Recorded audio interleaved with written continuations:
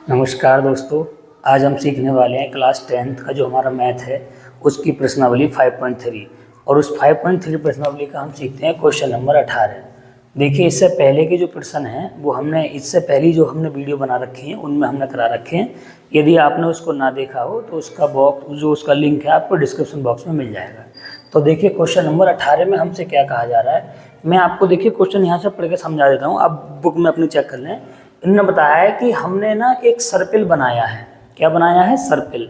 और सर्पिल इस तरह से बनाया है कि सबसे पहले एक अर्धवृत्त लिया है यहाँ से यहाँ तक, जिसकी त्रिज्या कितनी है हमारी 0.5 सेंटीमीटर। फिर अगले अर्धवृत्त में इन्होंने फिर 0.5 सेंटीमीटर और इसको बढ़ा दिया है, तो 0.5 बढ़ा दें कितना हो जाएगा? 1 हो जाएगा। अगले अर्धवृत्त में फिर इन्होंने 0.5 बढ़ाया है तो कितना हो गया? 1.5।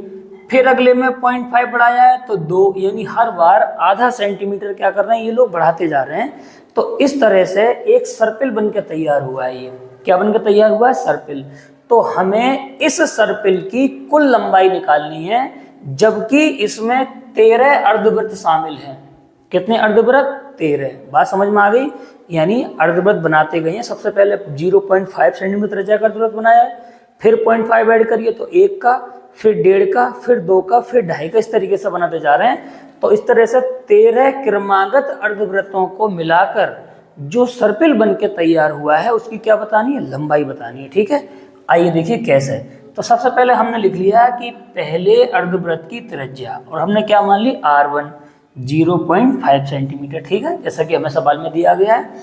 दूसरे अर्धवृत्त की त्रिज्या हमने R2 मान ली। अब 0.5 में 0.5 तुम और जोड़ोगे तो कितना हो जाएगा? 1 सेंटीमीटर हो जाएगा। ठीक है, उसी प्रकार से तीसरे अर्धवृत्त की त्रिज्या R3, इसमें फिर आधा जोड़ दो तो कितना हो जाएगा? 1.5। यानी हो क्या रहा है? हर बार 0.5 सेंटीमीटर त्रिज्या बढ़ती जा रही है, यानी आधी सेंटीमीटर त्रिज्या हर बार क्या हो रही है? बढ़ रही है। अब देखिए एक एक करके, तो हमने इसीलिए पहले वृत्त की क्या निकाली? परिधि निकाली। देखो ये यहाँ से यहाँ तक। अब आपको पता होगा कि पूरे वृत्त की परिधि होती है 2πr। क्या होती है? 2πr वृत्त की परिधि। अब चूंकि वृत्त ये आधा है तो क्या हो जाएगी परिधि? πr। क्या हो जाएगी? πr। अरे भाई, पूरे वृत्त की परिधि क्या होती है? 2πr। तो वृत्त जब आधा हो गया तो परिधि क्या हो जाएगी? πr। परिधि भी आधी हो जाएगी, तो इसलिए पहले अर्धवृत्त की परिधि कितनी हो जाएगी? πr। अब चूंकि हम पहले की निकाल रहे हैं इसलिए हमने पहली त्रिज्या कितनी मानी है? R1। तो हमने क्या लिख दिया? πr1। ठीक है, पाई का मान आप जानते कितना होता है? 22/7 और R1 का मान 0.5। अब देखिए, तो हमने 22 की गुणा करी 0.5 में, कितना आ गया? 11, और बटे में कितना रह गया? 7। तो ये आ गया 11/7 सेंटीमीटर। तो ये आ गई हमारे पहले अर्धवृत्त की परिधि। अब निकालेंगे दूसरे अर्धवृत्त की परिधि। क्या हो जाएगी? πr2, क्योंकि हमने त्रिज्या क्या मानी दूसरे वाले की? R2 मानी है। तो 22/7 गुणा R2 की जगह 1, तो 22 से कम 22/7। तो ये आ गई दूसरे अर्धवृत्त की परिधि। उसी प्रकार से तीसरे अर्धवृत्त की परिधि कितनी हो जाएगी? πr3। पाई का मान 22/7 गुणा 1.5, तो कितना हो जाएगा? ये 22 की गुणा करेंगे 1.5 में तो 33/7 सेंटीमीटर। तो इस तरह से हमने निकाल दी पहले अर्धवृत्त की परिधि, और ये दूसरे अर्धवृत्त की परिधि, और ये तीसरे अर्धवृत्त की परिधि। अब देखिए, तो अब हम लिखेंगे हमें सूची क्या प्राप्त हुई। तो हमें सूची प्राप्त हुई 11/7, 22/7, 33/7। इस तरह से हमें सूची प्राप्त हो गई। अब ये एक तरीके से AP नहीं बन गई, क्योंकि इसमें सब में अंतर क्या चल रहा है? बराबर बराबर चल रहा है। तो हम देखेंगे तो A का मान कितना? 11/7, A का मतलब पहला पद, और D आप जानते हैं दूसरे पद में से पहले पद को घटाकर तो कितना आ जाएगा? यहाँ से 22/7 में से 11/7 घटाएंगे, 7 एलसीएम ले लिया हमने, तो 22 - 11 बचे, तो कितना बचेगा? 11/7। तो हमारा A का मान भी 11/7 और D का मान भी कितना? 11/7। अब देखिए यहाँ के बाद ध्यान समझिए। अब उसने ये कहा है कि ये जो सर्किल बनकर तैयार हुआ है लगातार 13 अर्धवृत्तों को मिलाकर, तो इसकी कुल लंबाई हमसे पूछी है उसने। तो हमने लिखा इसलिए 13 अर्धवृत्तों से बने सर्पिल की लंबाई। इसका मतलब हमें योग निकालना है सबका। अरे भाई, लगातार 13 अर्धवृत्त बनाए जाने से 1 2 इस तरह से, तो सबका योग ही तो हो गया फिर 13 अर्धवृत्तों का। तो कैसे लिखेंगे? Sn बराबर n/2 2a + n - 1 × d। सूत्र लगा दिया। कितने अर्धवृत्त हैं? 13।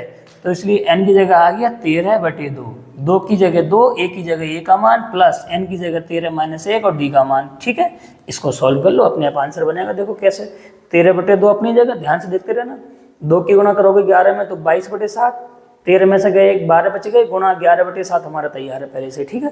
13/2 ऐसे ही, 22/7, 12 की गुणा करेंगे 11 में 132/7, ठीक है। 13/2 अभी भी ऐसे ही, दोनों कैल्शियम 7 आ गया, 22 में जुड़ जाएंगे 132, तो ये 13/2, सॉरी यहाँ पे अच्छा चल ही रहा है हमारा, 13/2 है ना। तो 22 में जोड़ेंगे 132 कितना हो जाएगा 154, तुम 2 से काटो कितने बचेंगे 2 सत्ते 14, 1 बचा, फिर कितने हो गए 14 हो गए, तो 2 सत्ते 14, तो यहाँ से बचे 13 और गुणा बचे 77/7। 13 की गुणा जब 77 में करोगे तो 1001 आएगा बटे में 7, 7 से आप 1001 को भाग देकर देख लेना कितना आ जाएगा 143 सेंटीमीटर। इसका मतलब ये हुआ कि लगातार 13 अर्धवृत्तों की यदि परिधि का हम योग निकालें तो उसका आंसर बनेगा 143 सेंटीमीटर, और यही है हमारे इस क्वेश्चन का आंसर। देखिए अब हम सीखते हैं इसका क्वेश्चन नंबर 19, और देखिए क्वेश्चन नंबर 19 में हमसे क्या कहा जा रहा है। कह रहा है कि 200 लट्ठों की ढेरी को इस प्रकार से रखा जाता है कि सबसे नीचे वाली पंक्ति में 20 लट्ठे हैं, और उससे अगली वाली पंक्ति में 19 लट्ठे हैं, और उससे अगली वाली पंक्ति में 18, और इस तरह से उसको रखा गया है। और जो कुल लट्ठे हैं ना वो 200 हैं, टोटल 200 हैं ये हमें पता है। तो वो यूँ कह रहा है कि इन टोटल 200 लट्ठों को कितनी पंक्ति में रखा जाएगा, और सबसे लास्ट यानी सबसे ऊपर वाली पंक्ति में कितने लट्ठे होंगे। अब देखिए मैं समझाऊँ, कुछ बच्चों को दिक्कत हो रही है कि लट्ठे क्या, लट्ठे मानी लक्कड़, पेड़ का कटा हुआ हिस्सा, लक्कड़ गांव की भाषा में अगर समझाएं तो ठीक है। तो देखिए मैं समझाता हूँ कैसे। तो देखिए इस तरीके से मान लो ढेर लगा हुआ है, पहले एक पंक्ति फिर ऊपर फिर अगली फिर अगली। तो इसमें बताया है कि जो सबसे नीचे वाली पंक्ति उसमें कितने लट्ठे हैं 20, फिर उससे ऊपर वाली में 19, फिर उससे ऊपर वाली में 18, फिर उससे ऊपर वाली, यानी एक एक कम करते गए हैं, वो ढेर लगाते गए हैं, लकड़ी का लट्ठे रखे हुए हैं। तो यूँ कह रहा है कि 200 लट्ठे अगर इस तरह से रखने हो तो कुल कितनी पंक्तियां लगेंगी, और सबसे ऊपर वाली पंक्ति में कितने लट्ठे होंगे। बहुत सिंपल चीज़ है। तो देखो लिखना शुरू करें। तो हमने लिखा कि पहली पंक्ति में कितने लट्ठे हैं 20, इसको हम पहली मानेंगे क्योंकि लट्ठे इस तरीके से स्टार्ट करने हैं ऊपर को। तो ये पहली, दूसरी, और दूसरी में कितने 19, और तीसरी में कितने 18, एक एक घटाते जा रहे हैं। तो देखो हमें सूची क्या प्राप्त हुई 20, 19, 18 अप टू डेड। तो यहाँ से देखेंगे तो ए का मान कितना हो गया 20, और डी का मान आपको पता है कैसे निकालते हैं, दूसरे पद में से पहले पद को घटा के। तो 19 - 20 यानी माइनस का 1 आ गया, ठीक है। अब ये हमें पता है कि कुल लट्ठे कितने हैं हमारे 200 हैं, सवाल में बताया है।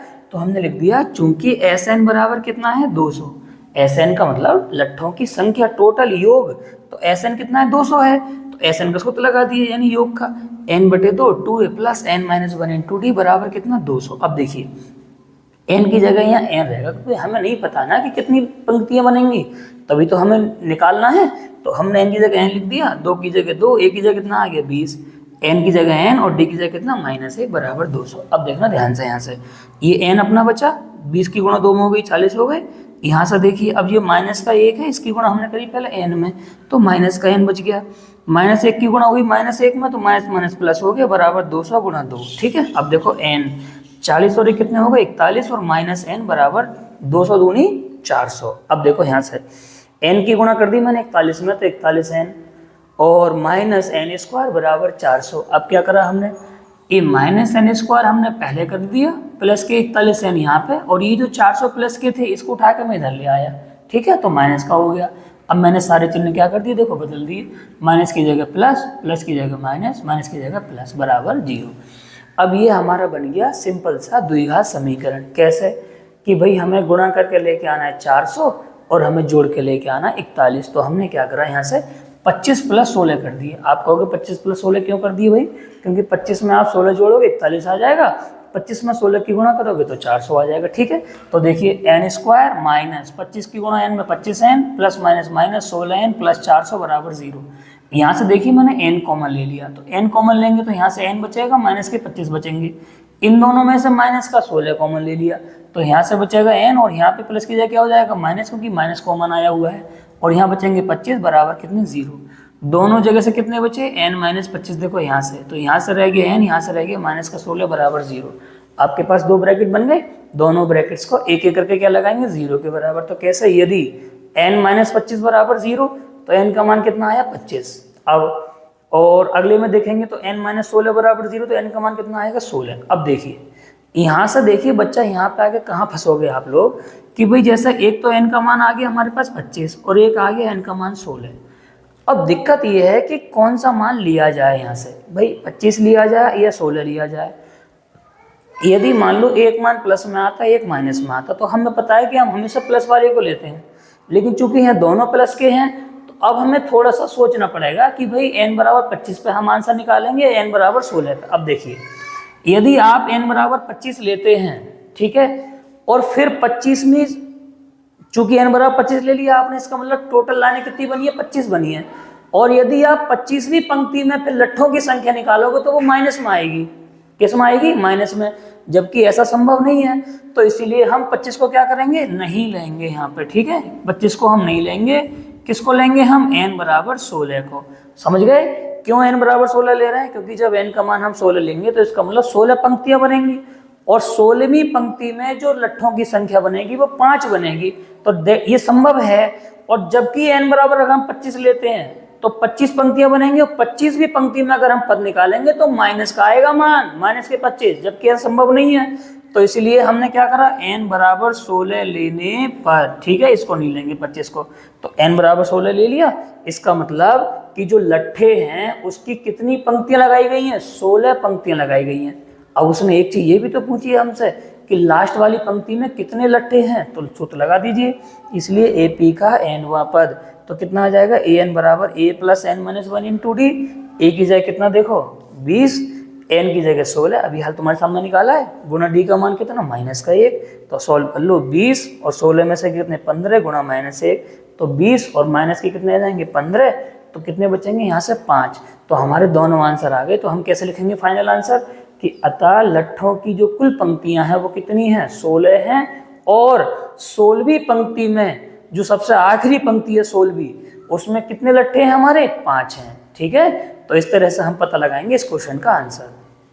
देखिए अब हम सीखते हैं इसका क्वेश्चन नंबर 20, और इस प्रश्नावली का ये सबसे लास्ट सवाल है, क्वेश्चन नंबर 20। देखिए क्या क्या कहा जा रहा है, मैं पढ़ के बताता हूँ।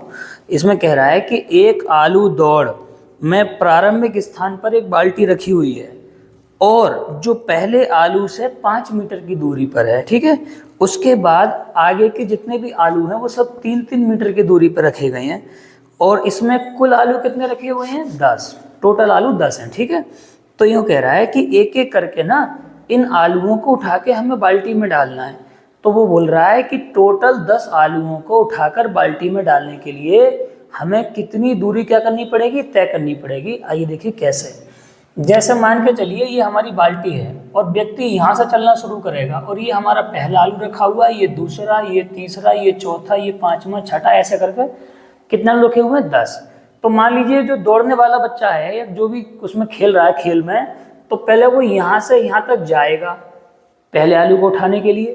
तो जाएगा यानी यहाँ से यहाँ तक पहला आलू कितनी दूर है? 5 मीटर। और फिर दोबारा उठाने के बाद फिर वापस आएगा तब डालेगा। तो कुल मिला के पहले आलू को बाल्टी में डालने के लिए कितनी दूरी चलनी पड़ेगी उसको? 10। देखो दोबारा समझ लो, यहाँ से पहले आलू उठाने के लिए जाएगा तो 5 ये हो गए, और फिर पलट के वापस आएगा 5, तो 5 और 5 कितने हो गए? 10। तो यानी पहले आलू को उठाकर बाल्टी में डालने के लिए कितनी दूरी चलनी पड़ेगी उसको? 10 मीटर, ठीक है। अब देखिए दूसरे आलू को उठाकर बाल्टी में डालने की दूरी कितनी चलनी पड़ेगी? देखो मैं समझाता हूँ।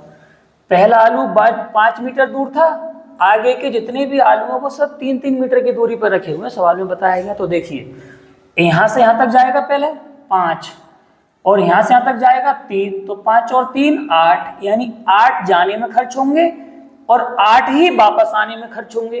तो 8 और 8 16। तो दूसरे आलू को चलने के लिए कितनी दूर, दूसरे आलू को उठा के बाल्टी में डालने के लिए कितनी दूर चलनी पड़ेगी उसको? 16 मीटर, ठीक है। अब उसी प्रकार से देखो तीसरे का समझ लो। तो पहले 5 जाएगा, 5 यहाँ तक, और फिर 3, और फिर 3 ये, तो कितने हो गए टोटल? 11, और 11 दूनी 22। तो दूसरे यानी तीसरे आलू को उठाकर बाल्टी में डालने की दूरी कितनी चलनी पड़ेगी उसको? 22 मीटर। तो इस तरह से हमने क्या कर ली? पता लगा ली कि कौन से आलू को उठाकर कितनी दूरी चलनी पड़ेगी, ठीक है। तो हमने लिख दिया, इसलिए प्राप्त सूची हमें मिली 10, 16, 22। अब आप ध्यान से देखोगे तो ये AP नहीं बन गई, 6-6 का अंतर आ रहा है यहाँ पे।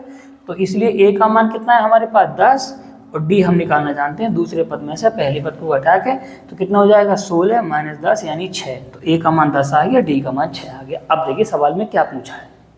सवाल में पूछा है कि जो टोटल 10 आलू हैं सभी, तो सभी आलूओं को एक एक करके उठा के बाल्टी में डालने के लिए कितनी दूरी टोटल चलनी पड़ेगी, टोटल दूरी पूछी है। तो क्या करेंगे हम, सभी 10 आलूओं को बाल्टी में उठाकर डालने के लिए चली गई कुल दूरी। तो कैसे पता लगाएंगे, योग निकाल दो सबका। अरे भाई ये जैसे निकालते चले जाएंगे तो सबका क्या कर देंगे, योग। तो कैसे करेंगे, Sn बराबर n/2 2a plus n minus 1 into D. कितने आलू हैं टोटल 10, तो n की जगह हमने 10 लगा दिया, तो 10/2, 2 की जगह 2, a की जगह 10 प्लस 10 n की जगह और गुणा डी की जगह कितना 6। तो देखो सॉल्व करेंगे, 2 से काटेंगे तो 2 पंजे 10, तो यहाँ से कितना आ गया 5 और 2 की गुणा होगी 10 में तो कितने हो जाएंगे 20 और यहाँ से बचेंगे 10 में से गए तो 9 और गुणा कितने 6।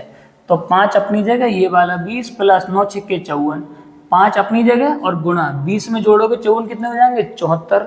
तो 74 की गुणा जब आप 5 में कराएंगे तो आंसर मिलेगा 370। इसका मतलब ये हुआ कि सभी 10 आलूओं को एक एक कर कर उठाकर बाल्टी में यदि डालना पड़ेगा तो उन्हें कुल मिला के 370 मीटर की दूरी क्या करनी पड़ेगी, तय करनी पड़ेगी। ठीक है, तो ये था इस क्वेश्चन का आंसर। अब देखिए यहाँ से हम आपसे हर बार एक रिक्वेस्ट करते हैं कि ये जो हम वीडियो बनाते हैं कक्षा 10th वाले बच्चों की, तो इन वीडियोस को आप कक्षा 10th में पढ़ने वाले सभी बच्चों को क्या कर दिया करें, शेयर कर दिया करें, जिससे थोड़ी हमारी क्या हो सके, हेल्प हो सके। ठीक है, तो फिलहाल हम इस वीडियो में इतने रहने देते हैं, बाकी का मिलते हैं किसी अगली वीडियो में।